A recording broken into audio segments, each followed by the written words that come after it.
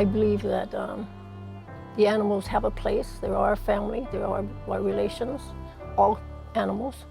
And shooting one just for fun is not what we were taught as children.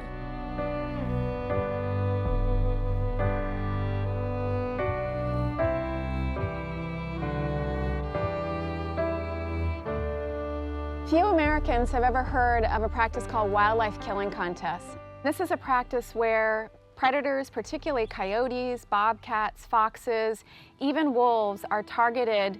The person who kills the most is awarded a gun, a belt buckle, a ribbon. Things like this should not be taking place. And these animals that they kill in a mass slaughter are animals that control the populations of rats and mice and ground squirrels. Our system doesn't give a voice to many of the citizens, and definitely not to future generations. So our governments have to be trustees. They have to be held accountable. We're fooling ourselves if we think that that's a valuable predator management technique. If we have to exterminate all the native species to ranch, then we probably shouldn't be ranching. When you take something out of balance, something else is going to happen. And when you exterminate something, now we have to try to save it. And sometimes that might not work. And then we're going to lose these beautiful animals, these beautiful, beautiful animals that have just as much right to be here as we do.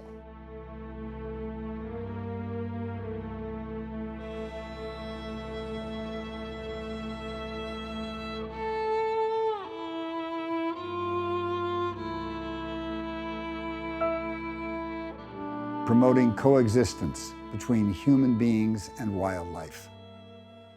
The fate of wildlife depends on it, and so does the fate of the environment and the ecosystems in which those wildlife thrive. Most of these contests involve the act of luring in the animals using either handheld devices or electronic calling devices, which imitate the sound of a prey animal that's injured or an injured pup or a potential mate. The species that are often killed are considered pests or varmint by state agencies. It promotes the idea that these animals can be killed at will, anytime, with no consequences and no ethical considerations as well.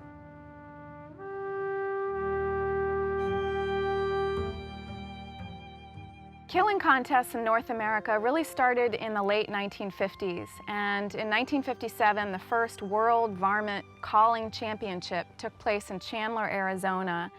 This was where essentially hunters from Arizona, Texas, California came together to target particularly coyotes.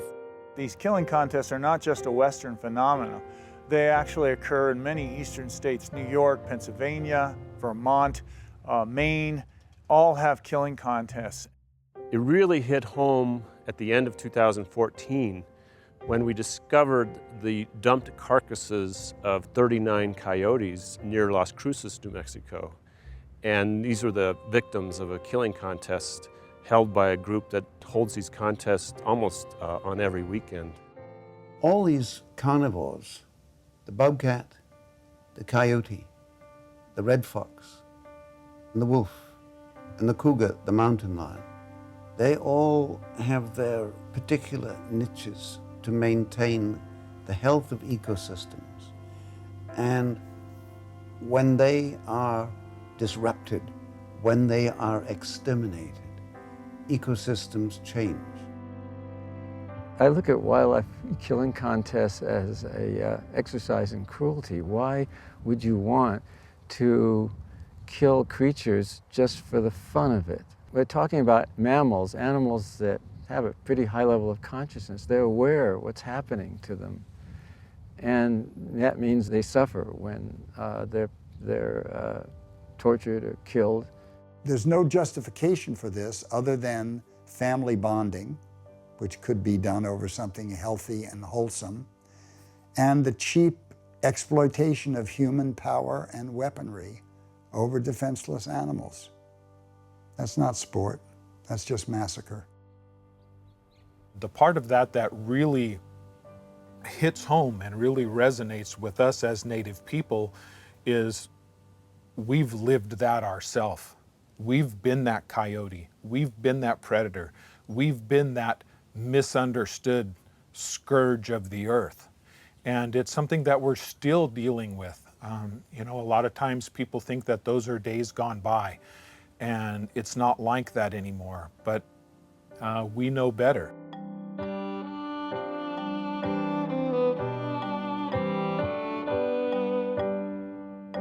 Project Coyote uses every tool in the toolbox to try to bring an end to killing contests. We use public education, we use the media, we use direct petitions of fish and game commissions. We also use litigation when necessary. We learned in 2013 that a large coyote killing contest was going to take place in Modoc County and several other northern counties. We petitioned the California Fish and Game Commission and not only raised serious concerns about a killing contest that was targeting coyotes, but also concerns for this one gray wolf that was trying to eke out an existence in its native home of California. Once we learned about this coyote killing contest, we looked into their prevalence throughout the state and the rules and regulations that allowed them. We actually had some regulations and a statute on the books that restricted killing contests, but loopholes had been added over the years that essentially allowed the killing of coyotes and bobcats and foxes and other species. We identified what needed to be done to close those loopholes. And that started a public hearing process. Tens of thousands of people wrote to the commission and said, we want an end to this, we want you to close the loopholes. And about 18 months later, the Fish and Game Commission finally did in December of 2014. Here in Van Nuys, we took action to clarify that offering prizes or rewards or any form of inducement for a wildlife killing contest in the state of California is unlawful. We feel that wildlife killing contests are an anachronism. They are antiquated, and they're inconsistent with our understanding of the role of predators and other species in ecosystems today.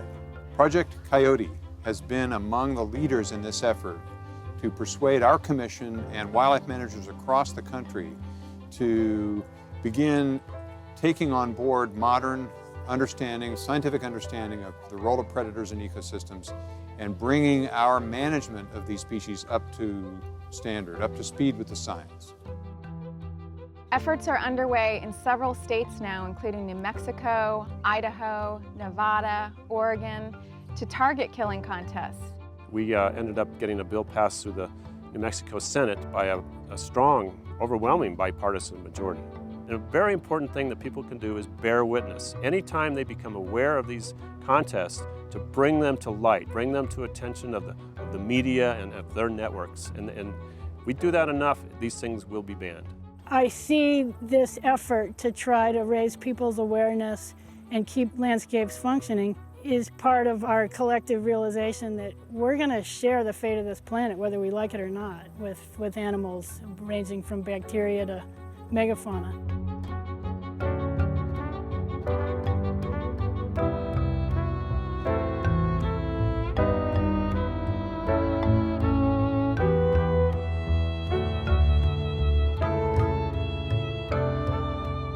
Your voice matters. In California, we had tens of thousands of people contact the commission calling for a ban. It takes grassroots mobilization. It takes individuals speaking out. Join the pack and make your voice heard, because it does make a difference.